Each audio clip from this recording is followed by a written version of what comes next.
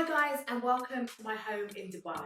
Before I came and lived here, I did loads of Google research trying to really ascertain what would it feel like to live in Dubai. And what kept coming up was these influencers that were in their 20s that were partying and doing yacht parties.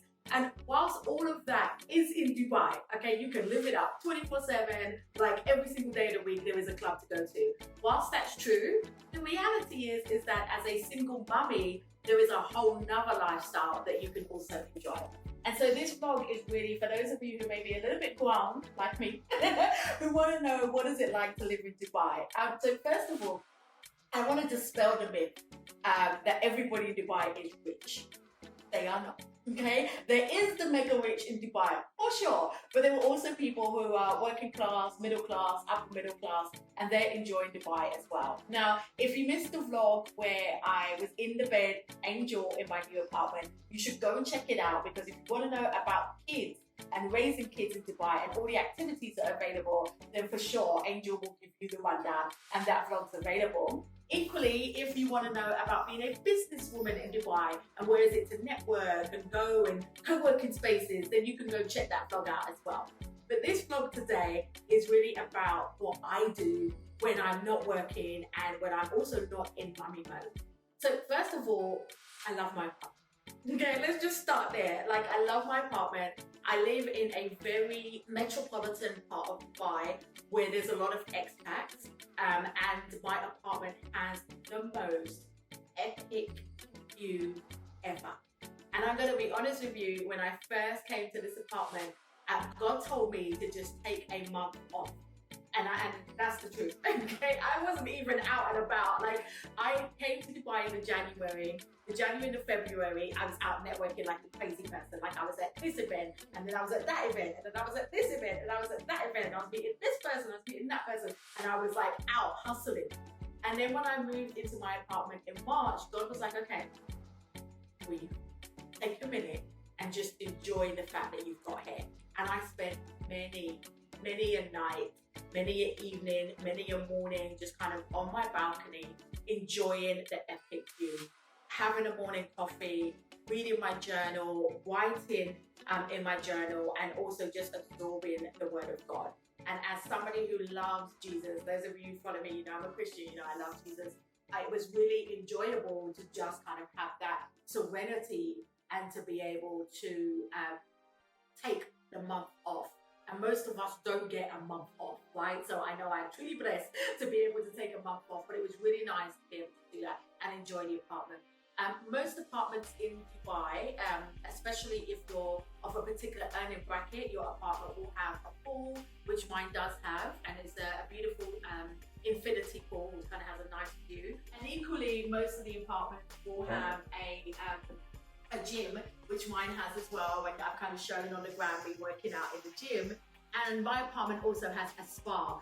So for those days when it's cold, never, you can go to the spa. Like, why do they have a spa when Dubai's so hot? I don't know. Other than if your muscles are hurting you from the gym, which might have a couple of times, then the spa works. Other than that, I'm not sure why we have a spa, but we do.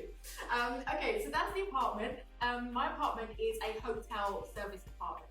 You can get apartments, obviously, where you pay for your rent or your mortgage, as well as all of your amenities. But the apartment that I chose was part of a hotel. So you can literally have apartments in hotels and you get all the amenities as if you're staying in the hotel. In other words, all I have to do is dial 0, chat, and I can get whatever I want, which I really needed for my first year in Dubai. I think maybe after my first year, I will move out of a hotel apartment situation. But for the first year, I didn't want to have to pay bills like your lighting bill and your Wi-Fi bill and your TV bill. I didn't want to have to pay for all of that. So I pay one sum every month and everything is included. The cleaner is included. So the cleaner comes twice a week.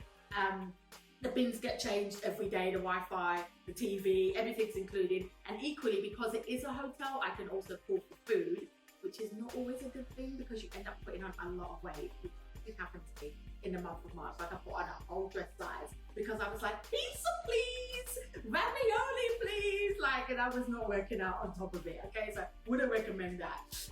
Where I'm located enables me to get easy access to a place called Marina. So Marina is known as expat city, okay? Marina is like the LA of Dubai, at least that's what I'm calling it. It's the LA of Dubai in my mind, okay? It's where you can go and you can walk along the beach and you can see people going for runs and you can see families out, and the arena is jocular to JBR, Jumeirah Beach Residence, which equally for me feels like an extension of, you know, LA. It's like the Santa Monica, I would say, of California, right? It's not very conservative. You can go there and see people in a thong bikini on the beach. Yes, you can see that in Dubai. In this part of Dubai, may I add. My apartment is also very close to a place called Blue Waters. Blue Waters is where Dubai has their version of London Eye, but Dubai will tell you that their eye is bigger than London Eye, bigger than the Parisian Eye, and bigger than the American Eye, okay? In fact, every single night when I sit on my apartment, sometimes the eye lights up and it has the fact that it is the biggest one in the world, okay? Which is super cool. My apartment is also on a very famous place called The Palm. Now, for those of you who may not know The Palm is literally designed like a palm tree and it goes out into the sea. And I'm not deep on the palm, but I'm kind of close to the trunk of the palm, which is quite nice because it's easy access to take anything to the store in the morning. The thing that I love to do probably the most after work is go on to Palm West, where they have a whole strip of restaurants and you can just chill and relax. And for me, it's like serenity. It's like the best thing to do after a hard day at work. Even if I've got Angel can hang out on the beach. Most places in Dubai are very, very child friendly. And so Angel likes to hang out there with me, but also I can hang out with my girlfriends. I can hang out with my assistant. I can hang out on my own. Like, it's super, super safe. And it's just really nice to be able to relax. Look at the view of Marina, look at the view of Blue Water, maybe have a little shisha, or, you know, have a sushi and a mocktail or a cocktail and just kind of chill. So I love that. That's one of my favorite places after work. Now, a question that a lot of my friends have asked me is, how do you dress in Dubai? Like, do you need to be super conservative? And the answer is, it depends on where you go. So if you are working for a Western company like I do, or if you were living in a kind of very expat community like I do, then the answer is no. You can pretty much wear what you want. But here's the truth. Because this is a Muslim country and there are a lot of women who are walking around and they are covered and they're wearing the abaya, what you find is that you just want to be respectful to the culture. So for me personally, I just want to be very respectful. So I dress probably a lot more conservatively than I maybe would in the UK, to be respectful for the culture, but also I'm grown. So I'm not walking around in like little Gucci shorts anyway, even in London, right? So I think that the reality of Dubai is very cosmopolitan, it's very open to other cultures, but you are in a Muslim country, and therefore for me it's about respecting the host of this country, which is the Emiratis. Back in the day, there used to be rules like you're not allowed to wear little shorts inside of the mall. Those rules have gone. But I gotta be honest with you, the air conditioning in the mall, like who's wearing shorts with the air conditioning? It's freezing. So, you know, I don't tend to wear shorts in there because it's just so cold. The last thing that people tend to ask me about Dubai and they've been inquiring is, what is the dating scene like, and are there any black people? Yeah, what's wrong with you on the gram? Okay, so let me start with the dating scene. The dating scene, I think it depends on your age. So when I speak to people who are in their 30s and their 20s, they tell me that Dubai is really hard to find love. They tell me that a lot of the guys that come here, they're acting like Dubai's Vegas. They're just here to have fun. They're not really interested in serious relationships. And so I find that when I meet women in their 30s and their 20s, they tell me the dating scene is really, really, really, really, really, really, really difficult. On the contrary, when I've been meeting women who are in their 40s and 50s, they're telling me the complete opposite. I've met women who have met their second husbands here. I've met women who have met their long-time partners here. I have a circle of friends personally that are all married. Some of them have come from the UK or the US as couples and they have their children here. Some of them came as singles and they've met their now husband here. So I think it depends. is the short answer. I think it depends on your age. I think it depends on your circle. But I would say, look, love is everywhere. And if you're exuberating love, you're going to attract love. So don't worry. And yes, there are beautiful people everywhere in Dubai. Like, there really are. Okay, it's the land of the beautiful. The final question is around, are there any black people? The answer is yes, yeah. Okay, so Dubai has some really cool spots that I never knew of. So first of all, there is a group called Black Girl in Dubai. Really, really good friend of mine, actually from London, who's been in the region for about 8 years.